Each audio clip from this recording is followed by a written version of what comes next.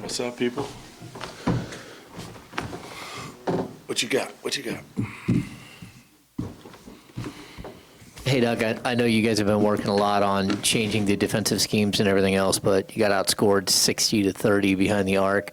Just how much of that is effort? How much is it just trying to learn each other and all that stuff? Well, usually when you play against a team that doesn't make three-pointers, they make three-pointers. So they made shots tonight. Watched them the other night. They didn't make shots. So that's no excuse. We got to make sure that we arrive on the catch. I thought,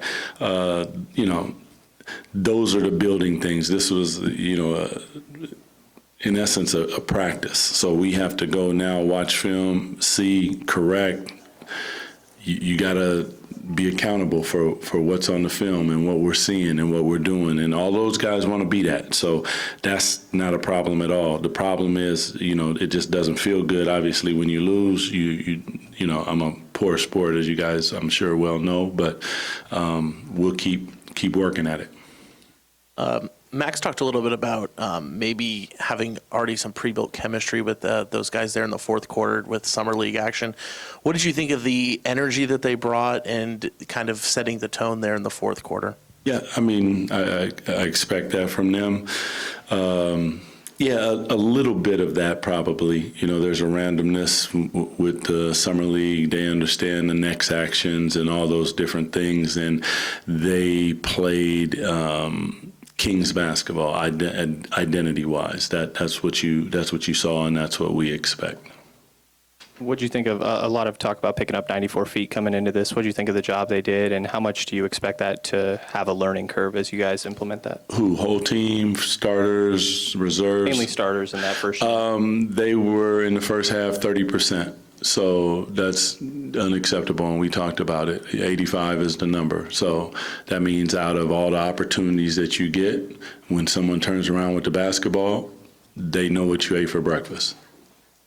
Doug, can you, off the top of your head, name any specific instances where you saw that identity that you and Scott have talked so much about play out on the court tonight?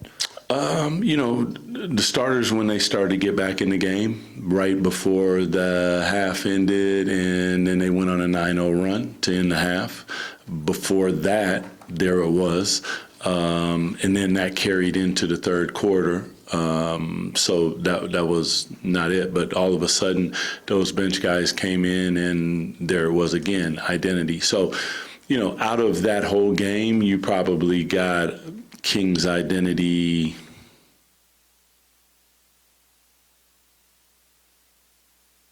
maybe 2 quarters, quarter and a half. I'll say a quarter and a half. So the consistency of what we expect needs to be able to be at a higher level for a longer period of time. Coach Christie, it looked like there was some effort on those closeout on those threes, but what, from your perspective, how did you see that? I think more than anything, like you have to keep, it's a lot easier when you keep the ball in front of you. When guys break you down, it causes help, which causes rotations. And if guys are making on-time and on-target passes, they see one bucket go in, and all of a sudden they gain confidence. Ever since that I've come back here, it's kind of been a story. But we're going to stop that story. That's not what we do. It's not what we're about. We have to find a way to contain the ball. Therefore, now my help doesn't need to be in the middle of the lane. Therefore, the corner 3 isn't open. Therefore, when I close to the corner 3, I'm swinging to the high quad, and that guy's open. But if I keep the ball in front of me, now I can work my way out in the paint. I'm arriving on the catch, and we live to fight another day. Doug, just kind of, you talked about a lot what you liked, didn't like. If there was one thing you liked, one thing you didn't like, maybe what bothers you the most, whatever, what do you remember from this contest here?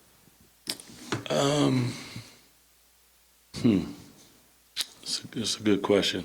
Like the low-hanging fruit or the guys that went in. But, I've talked to them about there's 2 games every night. There's the game and there's the fight. So we got 164 games, okay? Every night we going to win one of them.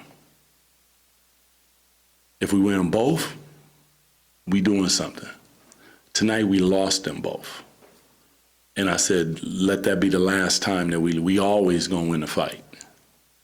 And unfortunately, and most people go, well, the last team came in. No, because we do it together. It's all of us. They came back and threw some punches, but it is a group effort from one to the end of the bench. And all the coaches and everybody on the staff and it's everybody. So unfortunately, we lost both of the games tonight.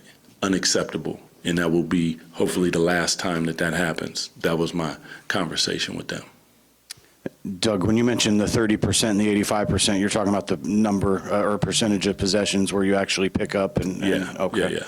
In the first half, they were at 30. The number that we won is 85%. So it's not perfect, but most times we are there, we're picking up, they're feeling us. They can't just straight line drive. They can't advance the ball up the floor. They're feeling us, and 30% is just, it's not enough. There was I thought, at least one really good example in the first quarter where it disrupted and you guys came up with a steal. There was also a time or two where it looked like maybe guys were out of position and gave up an open three. Can that be a result of that, and is that an adjustment that has to be made? Well, I think that's twofold, Jay. One is, you're out of position, but also there's a level of, the three pillars on defense is we make them feel us, we communicate, and we compete. Okay, so competing is extra effort, is multiple efforts on the floor, but communication is a huge one. And I think if I go back and look at the film, I think some of that is communication. Is like, who do you have? Because in transition, I don't have my man. I have a man. So we have to make sure that who has the ball, this guy is the one who has the ball. That's what it looked like. I got the ball. Now everybody else is building walls and big and making sure there's no straight line drives. And the guy who have the ball, that might not be his man. We're in transition. Now, when we get to the free throw line, when we make a bucket, now we can get our defense set. When we get our defense set, well, now I got my man, and we can play from there.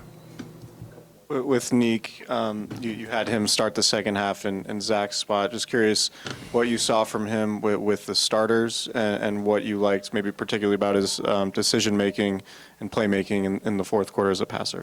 Yeah, Neek is extremely talented, just incredible upside. I think that he got better as he got a little bit more comfortable out there on the floor, which, being a young player is just kind of how it goes. He's going to have ups and downs and different things, but he does so many different things. Like, he got in there and got a rebound. He got assists. He can run a pick and roll. He can shoot an open shot. He can create his own shot. He defends at a high level. He's still a little jumpy on the defensive end, so that gets him in trouble. But when you affect the game in that many different ways, you find your way onto the floor. So extremely happy for him to get out there and start to figure it out, because it's going to be, there's a process that you got to go through. It's just part of what it is. And for him, it started tonight. So, yeah. Doug, Keegan's been challenged to be more aggressive. It seems like he took that challenge to heart in the first half with the blocks and attacking the basket. What did you make of just that first impression from him? Yeah, I think Keegan is, first of all, shoots an incredible ball. So 40% shooter. He's a knockdown shooter. Starting to, the reads of all the different things and the places that we put him, that's going to be a process. But from the standpoint of like grabbing rebounds and bringing it, he looked a little bit more comfortable doing that. Like defensively, some of the help defense and the block shots and different things, I was just like, wow. I mean, that's what we expect from Keegan Murray, and he does it at a high clip. So 4 3-pointers, obviously he only played 24 minutes, but, I've told you guys I'd like to get that number close to 10. I want him hunting shots because he is that type of shooter. And then now he has the ability to pump fake and put it on the floor and get on the rim, and would like to see him at the free throw line. You got there 3 times. Okay. I'd like to double that. I'd like to get him there 6 times. But all in all, this is a building process. I told you, don't read anything into anything right now. This is all of us going out there and working hard and trying to figure it out. Appreciate y'all. Yep.